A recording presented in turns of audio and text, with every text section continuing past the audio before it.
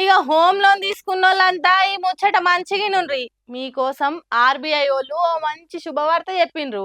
ఏంది కొంపదీసి ఈ లోన్ గిన మాఫీ చేస్తురా ఎట్లా అనుకున్నారు.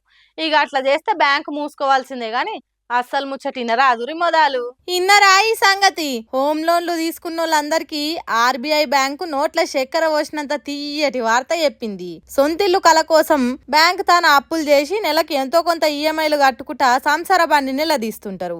అట్లా సొంటోళ్ల కోసం మీరు జర నిమ్మలం చేసుకోరు అనుకుంటా వడ్డీ రేట్లు తక్కువ చేస్తున్నామని చెప్పింది. ఆర్బీఐ ఆలోచన ప్రకారం 6.25 ఉన్న వడ్డీ శాతం 6% తగ్గించింది. ఇక లెక్కలల్లా మీకు అర్థమయ్యేటట్టు చెప్పాలంటే ఒకవేళ మీరు 20 ఏళ్లకు 50 లక్షల హోమ్ లోన్ తీసుకుంటే ఇప్పుడు ప్రతి నెల 44,986 రూపాయలు కట్టేటోళ్ళు వడ్డీ రేటు తగ్గినాక 43,391 రూపాయలు కట్టాలి. అంటే దగ్గర దగ్గర 1,600 దాకా మిగులుతుంది అన్నట్టు.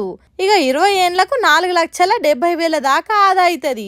ఇంకో ముచ్చట మళ్ళా ఇది అందరికి కాదు, కొందరు ఫిక్స్డ్ రేట్ ఇంట్రెస్ట్ తో తీసుకుంటారు కదా, వాళ్ళు లోన్ తీసుకున్నప్పుడు ఎంత మాట్లాడిరో అంతే కట్టాలి. ఎవరైతే ఫ్లెక్సిబుల్ ఆర్బీఐ రూల్స్ ప్రకారం లోన్ తీసుకుంటారో వాళ్ళకు మాత్రమే ఇది వర్తిస్తుంది.